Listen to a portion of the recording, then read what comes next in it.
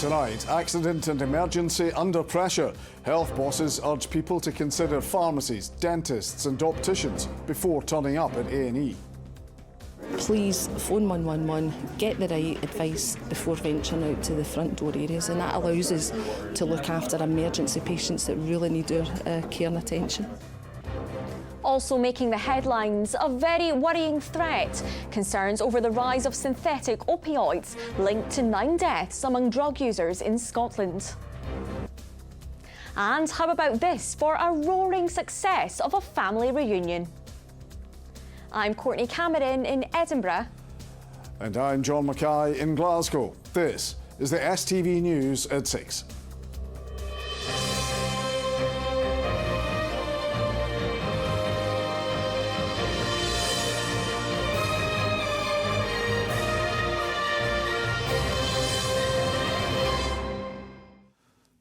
Good evening. Health bosses are urging people to consider the alternatives such as pharmacies, dentists and opticians before turning up at emergency departments to help ease the burden on staff. A&E staff say they are preparing to face a difficult few months as winter pressures reach their peak. However, they insist that the system can cope and delivering patient care remains their priority. Well, our political correspondent Ewan Petrie is at Glasgow Royal Infirmary tonight. Ewan, how are staff coping there? Well, the issues being felt at this hospital are mirrored around the country. Staff are having to deal with more complex cases. That takes more time, and that's contributing to some of the log jams that we're seeing right across the system. Now, staff here have been telling me that last year was one of the most challenging seen across the NHS, and this year is already looking very similar, and we're only in the early stages of this winter pressure. It's expected to peak in the next month or so. We've spent some time with staff in the A&E department here to see how they are coping. B6 is our longest wait at 21 hours. Still waiting in a side room for that patient there. Winter pressures have arrived here. B10, she'll be upstairs, but we're just waiting on a bed, but there's obviously no beds. Every bay in this A&E is permanently taken. Other patients are in beds spread around the department. It is difficult, there's no denying that. It is about prioritising our patients that need the most attention at that time. There is patients who we need to be admitted to hospitals and we can't get them through the hospital systems at the moment. And as it stands, the patients are here in our emergency department for a lot longer than we actually want them to be. Trying to provide the care that the patients need for that length of time as well is really difficult. Less than half the patients arriving here are seen and then admitted or discharged within the 4-hour target. The department here has had to implement its internal escalation plans in recent weeks in response to the pressure. Are you coping? Yes, but it is incredibly busy. Today we're already almost at double capacity for the emergency department, but as I say, the team is up for it and absolutely doing all that they can. It's really important that we don't see this as the new normal. It's really important that we get back to having manageable numbers of patients through our emergency department, and that really does involve the whole system working as efficiently as it can from the side of the hospital, from the front door right through to the back. The ripple effect of delayed discharge through the system is plain to see. In the corridor, beds line up as ambulance crews wait to hand over arrivals. This department is busy, but it's busy here every single day, and the pressure on staff is only likely to grow in the coming months. And that's why they're asking people to come here only in an emergency. If you've got a 1 in 2 chance of getting through an emergency department in 4 hours, if you could go somewhere else, much closer to home, your experience will be much improved. Don't have to leave home, you might be able to manage from the comfort of your own home versus coming out to an emergency department. Are you worried about the months ahead? Worry's a strong word, but we're under no illusion that we're going to have a lot of difficulties ahead of us. We're very good at what we do, and our priorities will always be how we deliver patient care. So we can have patients who potentially could be seen by a GP, they could attend a minor injury unit, and this is why the big focus is about 111. please phone 111, get the right advice before venturing out to the front door areas, and that allows us to look after emergency patients that really need our care and attention. Staff across the country can only hope people play their part to help ease the burden on departments like this in the months ahead. Ewan Petrie, STV News. The rise of the number of synthetic opioids in Scotland is becoming a very worrying threat to drug users. That's according to campaigners and Scottish Government ministers.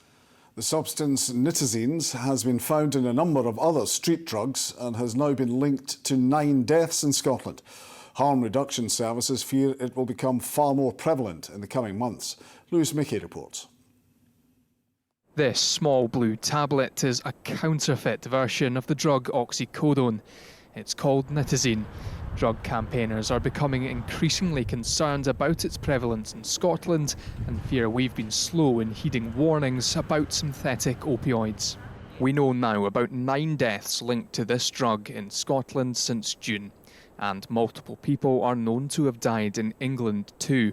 The West Midlands in particular has been hit the hardest, according to post-mortem toxicology results. Over the last couple of years, we know that there has been a little bit of a small emergence of these nitazene-type drugs, which has been a matter of concern, but not so much as recently, where we know that there has been increasing deaths associated with the drug and preparatory probably for a decrease in the heroin supply that's coming into the country. So we would expect that the nitazene supply will become even more apparent. Support groups who work with users are telling us they're already seeing the impact of these drugs, which people often don't even know they're consuming until it's too late.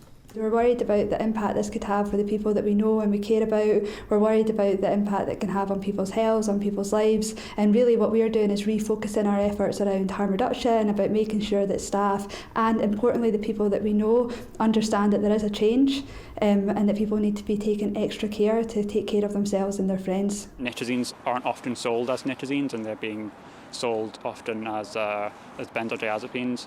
And so people don't know what they're taking, which increases the risk around these things. And if people don't believe that they're taking opiates, then they may not have the harm reduction around them. I think what we need to recognise is there's some emerging threats that are really worrying. And I'm looking to my colleagues across the rest of the UK and indeed international experts to understand how do we pivot and respond to the fact that we've got synthetic opioids that are now making their presence known within Scotland. With a number of these drugs seemingly constantly on the rise, campaigners are worried that this will be a problem that will get worse before it gets better. Lewis Mickey, STV News. To other stories, and a teenager has died and a 3-year-old is seriously injured in a hospital following a crash between a car and a van on the A714 in South Ayrshire. The 17-year-old girl was pronounced dead at the scene. A 39-year-old woman also suffered serious injuries and was taken to hospital in Glasgow.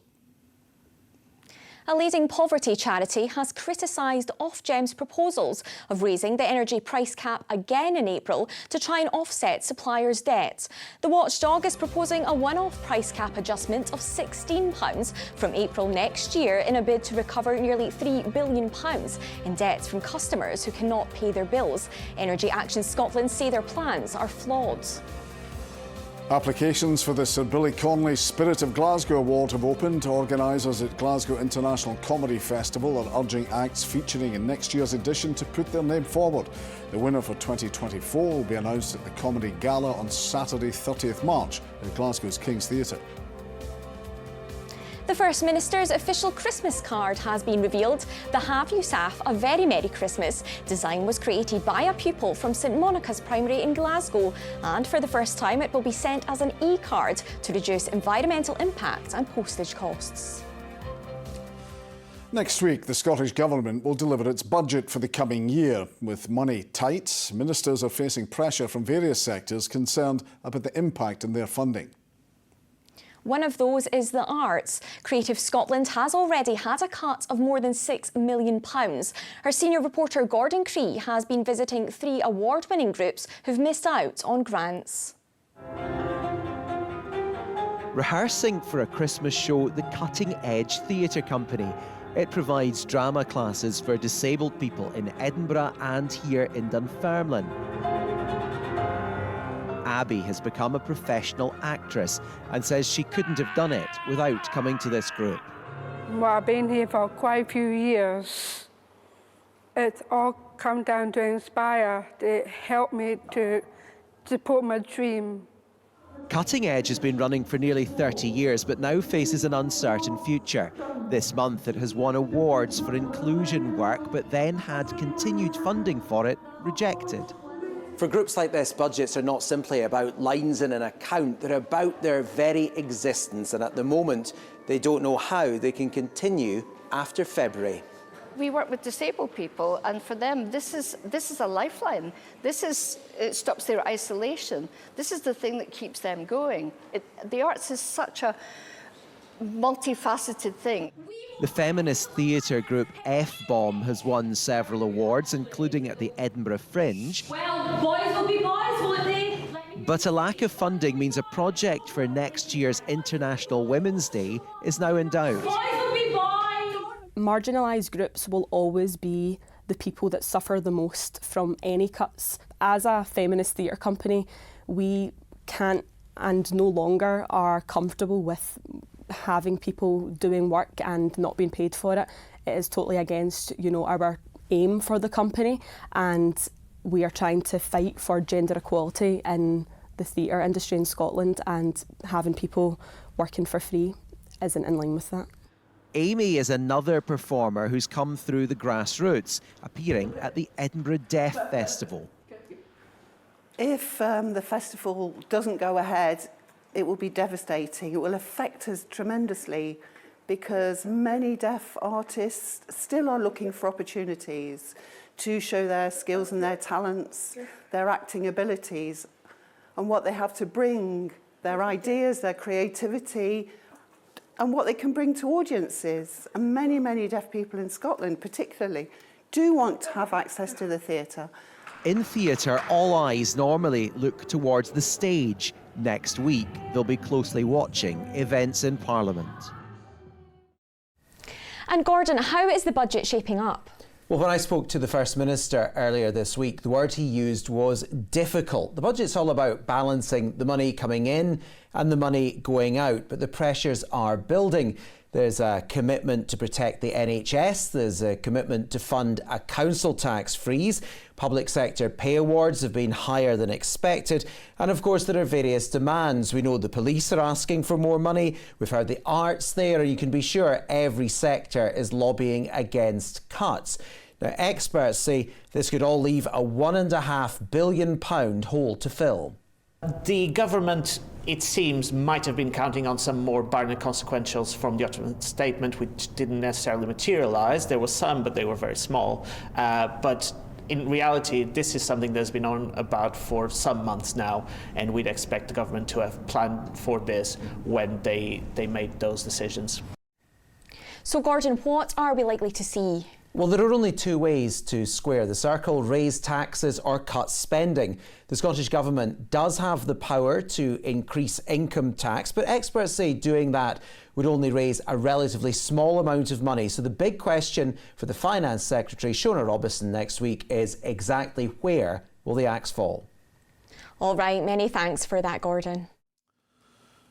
To more stories in the West, and a protest group gathered outside the Wheatley Homes head office in Glasgow today to demand the Housing Association rehome a terminally ill tenant who says his property has severe damp and mould issues. The Wheatley group says the tenant is their highest priority for a move once a suitable house becomes available. Well, it's massively stressful. It's bad for their mental health, trying to resolve it, trying to clean it, trying to get their housing providers to take them seriously. Bad for the physical health, obviously. Social exclusion as well, not wanting to invite people over, feeling embarrassed about the state of their homes. Like, so many levels, this is really, really detrimental to people's both, mental and physical health. Nearly 1,400 low-emission zone breaches escaped fines because Glasgow City Council took too long to issue them. Officials broke the 28-day limit for sending fines after the council switched to recorded delivery instead of normal post. The switch comes after a tribunal cancelled fines for dozens of drivers because they were not sent using registered post. A Courtbridge lollipop man is set to retire after almost 30 years on the job. Alistair Doyle, who will turn 80 on Christmas Eve, has helped generations of pupils at St Timothy's Primary safely cross the road. Adam Todd has been to meet the community stalwart.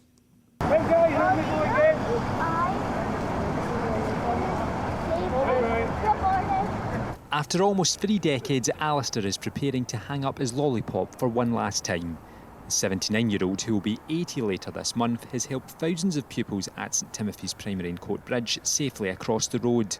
29 and a half years and loved every day working with the kids. And always smiling. But the kids love it, I love it. Wasn't it for my legs and my hips, I'd be here at 90.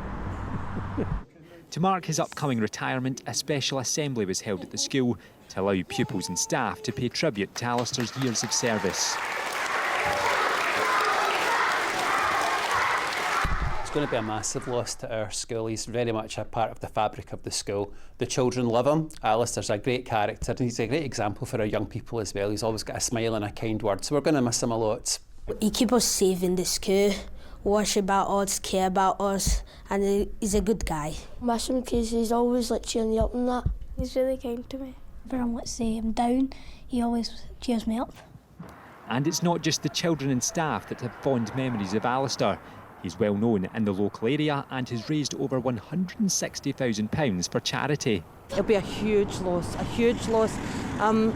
It'll be big shoes to fill, and I think for people going around. I mean, my younger granddaughter, before she started school, every time she saw a lollipop man, she would say, "There's another Alistair." She just thought that lollipop men were called Alistair. I think because he knows them all, he speaks to every child, even babies in prams, he gives them a wee wave, and he knows them all. While Alistair may be set to hang up his fluorescent jacket and hand back his warning sign, one thing is for sure, his legacy at St Timothy's Primary will live on for generations to come. Adam Todd, STV News.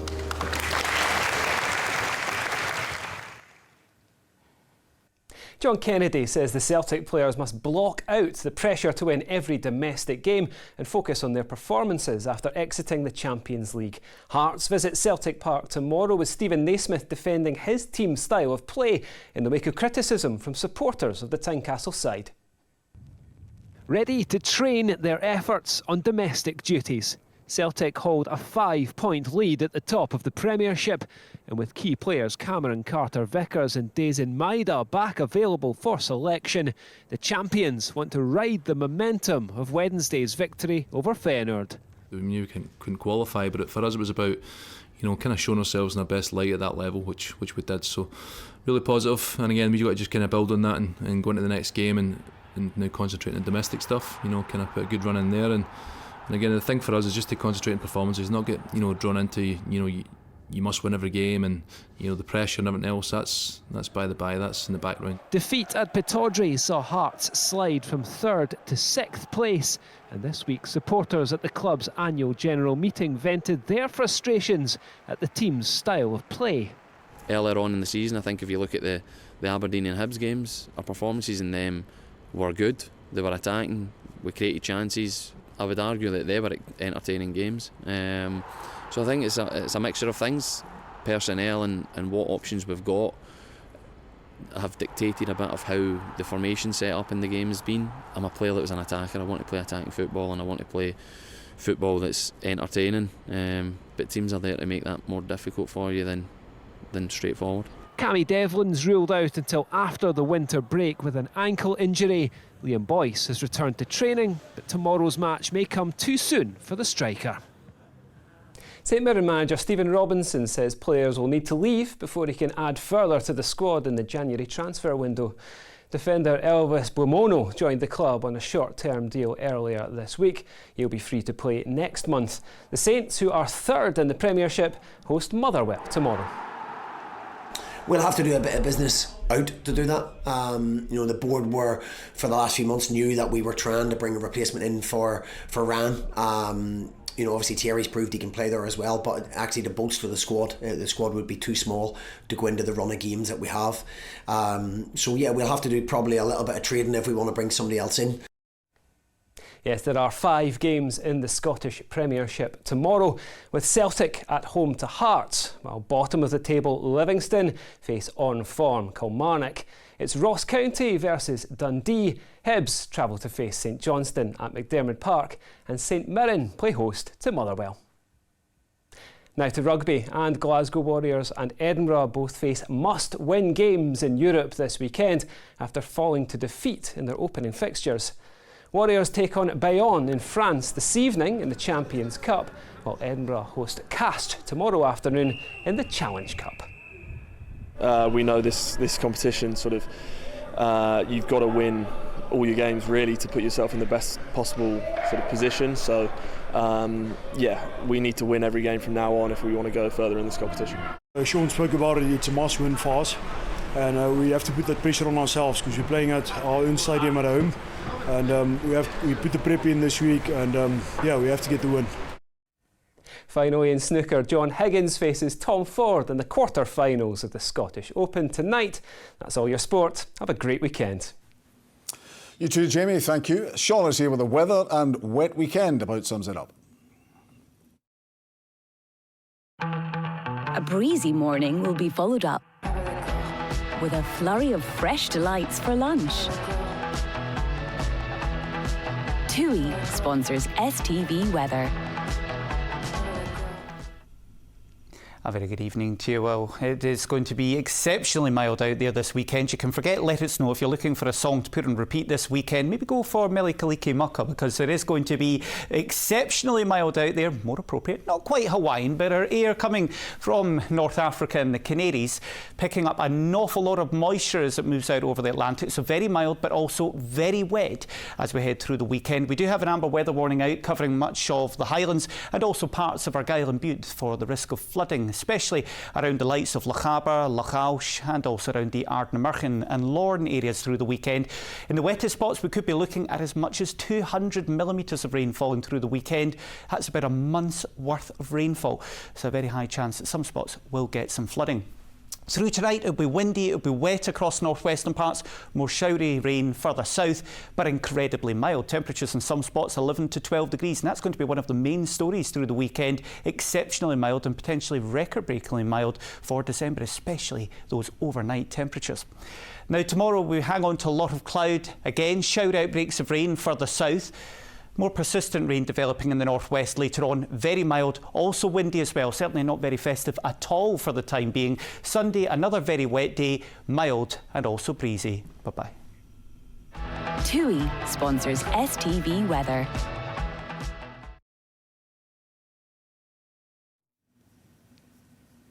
Now, no Marty, no Christmas party. Singer Marty Pellow has been sharing his love of the festive season for tonight's What's on Scotland at Christmas. The former Wet, Wet, Wet frontman has been telling Laura Boyd about his childhood Christmas memories growing up in Clydebank. Listen, I was lucky enough to grow up in a loving family, so Christmas is always going to be special for me. What was it like in your house? We made that a family affair. Well, my ma and me and my brother. We made that. We put up the tree together. I'm not the type of person who is like full on Christmas, like 24/7. Wait a minute, you just told me that you can see the lights on your house from space. Well, that's yeah, right, in a non-Chevy Chase type way. Right, I'm a sucker for a kind of plug-in Bambi. That and much more on What's on Scotland at Christmas at 7 o'clock on STV tonight. And finally, Glasgow Airport was someplace to be as a family had a surprising reunion at the arrivals gate. Yes, passengers were stunned as a group of youngsters burst through the door dressed in inflatable dinosaur costumes. But to their delight, they were welcomed by family members who were also dressed up in similar costumes. The sweet moment was captured on camera as the family reunited ahead of Christmas. Well, isn't that very cute? Cute indeed. From all of us, thank you for watching. Have a good weekend. Good night.